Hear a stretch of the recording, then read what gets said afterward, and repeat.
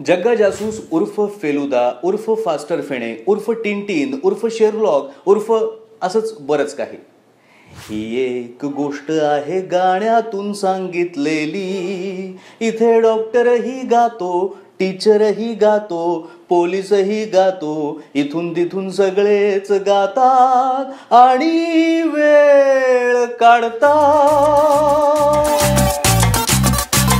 झटका जरा सा महसूस हुआ एक, लाइफ की गाड़ी ने कस के मारा ब्रेक.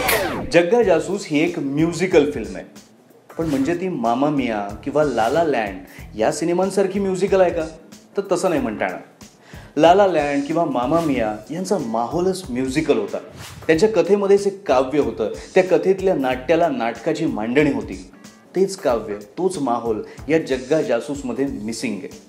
हां, आता लोक येता जाता गाणी म्हणतायत म्हणून त्याला म्युझिकल म्हणायचं. बरं, अनुराग बसूने या सिनेमात जरी मणिपूर, कोलकाता अशा सगळ्या शहरांचा उल्लेख असला तरी प्रत्यक्षात ती एक स्वप्ननगरी आहे. VFXने नटलेल्या या नगरीमध्ये आहे जग्गा जासूस. आता जग्गा जासूस कोण आहे, तो कुठून आला, तो जासूस कसा बनला, त्याच्या या जासूसी साहस कथा त्या सगळ्या त्याच्यामध्ये खूप वेळ घालवला आहे. म्हणजे आता त्यांचा प्रत्यक्ष कथेशी काही संबंध नाही, पण तरीसुद्धा आपल्याला त्या बघत राहायला लागतात, कारण हा जासूस कसा रफ अँड टफ आहे ते दाखवण्याचा यामध्ये प्रयत्न केला.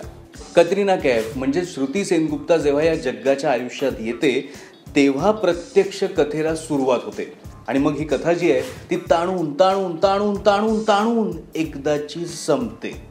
काय नाही, आपण तोपर्यंत मस्त ताणून द्यायची. तुक्का लगा लगा निशाने पे, आपके जो लफड़े सारे मैंने पकड़े, लगा लगा लगा लगा निशाने पे, तुक्का मार दिया, बाकी जिंदा है. जग्गा जासूस मधला सगळ्यात जमून आलेला भाग म्हणजे सुरुवातीची काही मिनिटं. पुरुलियामध्ये विमानातून शस्त्रसाठा टाकण्यात आला होता 21 वर्षांपूर्वी. कदाचित तुम्हाला आठवत असेल, ते प्रकरण तेव्हा खूप गाजलं होतं. तिथून सिनेमाची सुरुवात होते. मग त्यानंतर छोटा जो जग्गा आहे त्याचं बालपण, त्याचे वडील, या दोघांच्या करामती, हा जो सगळा भाग आहे ना तो खूप मजेशीर आणि लवेबल झालेला आहे. या वडिलांच्या रोलमध्ये सासवट चटर्जी नावाचा एक बंगाली कलाकार आहे. कहाणी सिनेमात कॉन्ट्रॅक्ट किलर जो होता तोच हा कलाकार. मुझे लेने वापस कब आओगे? 6 महीने 7 दिन और 8 घंटे में वापस.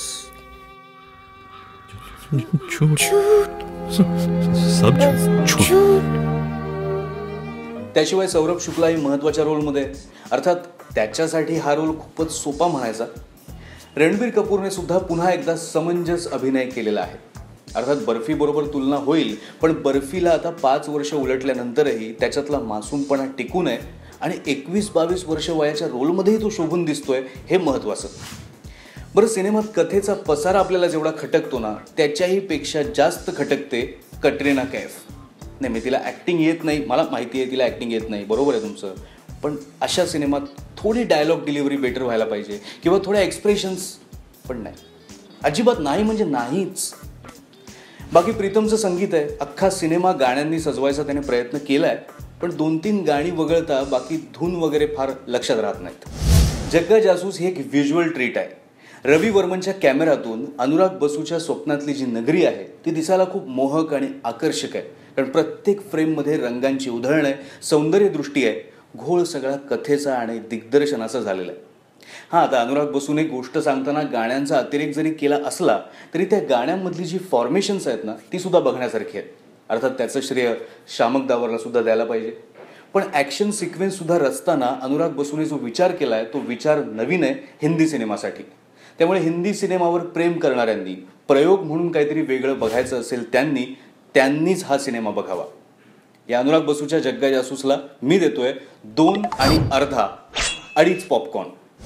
बरं, यूट्यूबवर तुम्हाला चांगले रिव्ह्यूज, चांगले इंटरव्ह्यूज ते मराठीतून बघायचे असतील, तुम्हाला फार जासूसी करायची गरज नाही. यूट्यूबवर जायचं, ADBHOOT टाईप करायचं.